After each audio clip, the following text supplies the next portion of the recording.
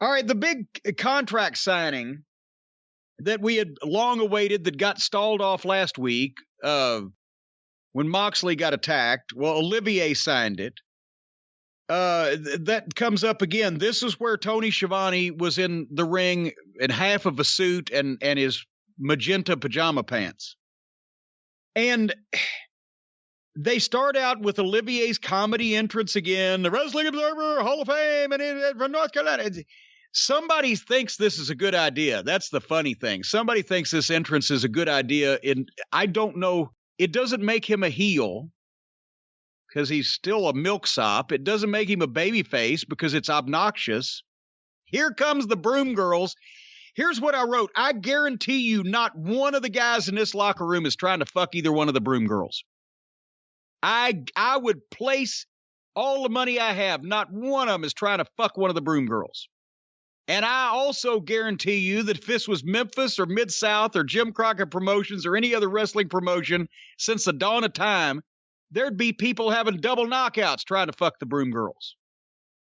Which might be the only worthwhile thing about having them around or this entire fucking entrance. If somebody gets some enjoyment out of it. So Olivier's in the tunnel waiting to try to be Steve Austin. Good luck on that. And somebody attacks Olivier. Well, it's Moxley. And they fight into the ring. And as Moxley and Olivier are fighting, who should I cheer for here? The guy with the effeminate sing-song promos or the psychopathic nut who attacks people from behind and uses thumbtacks? Who's the babyface here?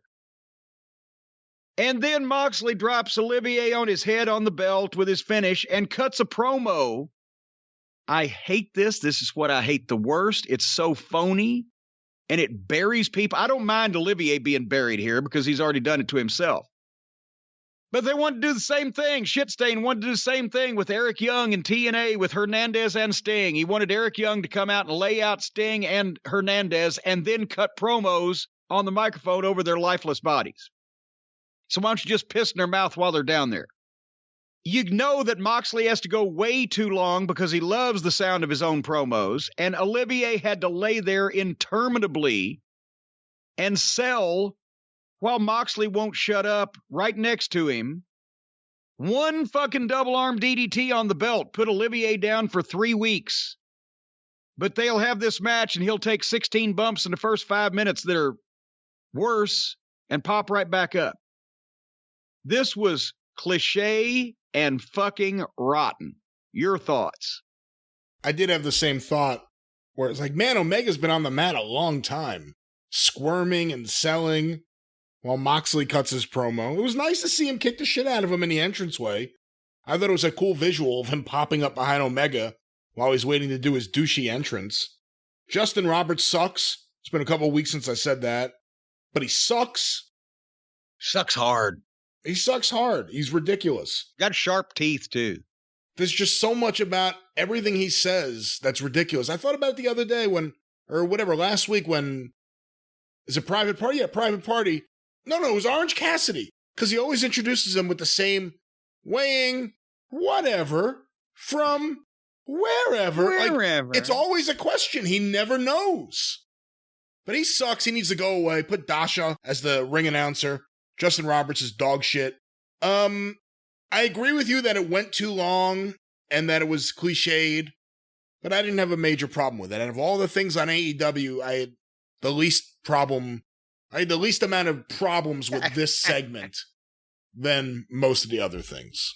Well, I'll give you a problem because they go back to the back with Officer Bar Brady again with the entire inner circle. MJF gets one sentence and Jericho takes over and cuts the promo for him and announces his match next week with Frankie Kazarian so that he can get even with Kazarian for touching his little buddy there, MJF. So now I'm wondering if you think that Jericho saw that the only personality verbally that could compete with him on this entire program was MJF, so we need to get him down underneath me so everybody knows I'm the top dog. Is it one of those type of things? I don't know. Again, we're back to where we were because everyone seemed to be getting along great at ringside for the tag match, and now all of a sudden Different guys have different facial reactions. Wardlow and Hager are just staring each other down the whole promo. I thought we were past this already. Lame. It's all lame. Everything with Jericho in 2020 has been lame.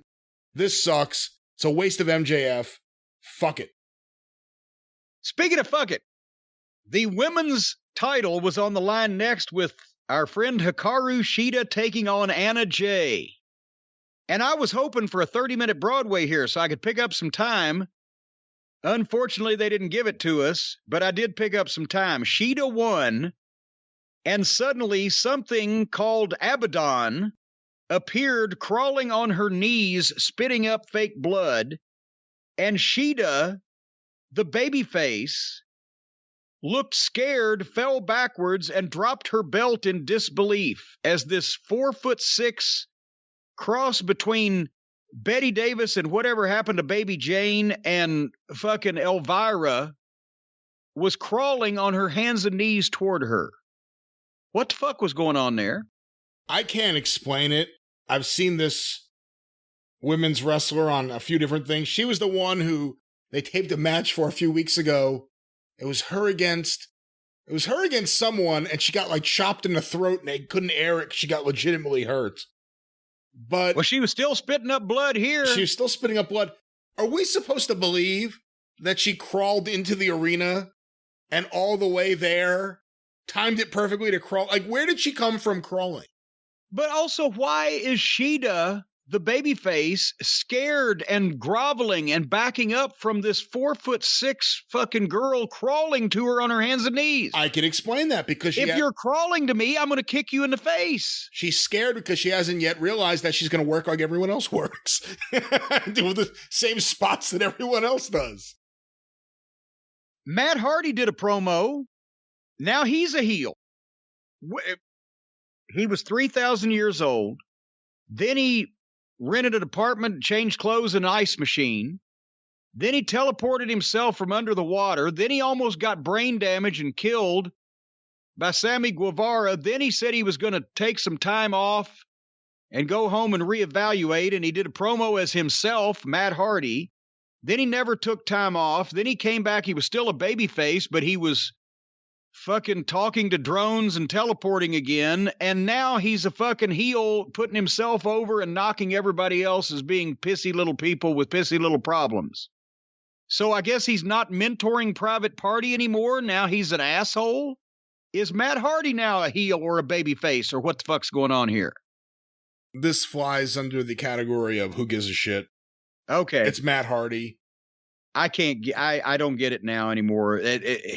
It's Matt Hardy. The guy's been in the business for, whatever, close to 30 years, and he's still trying to find an identity. I don't care. He has a good one. The legendary Matt Hardy. It isn't as good as you think it is. It's better than this. Well, maybe.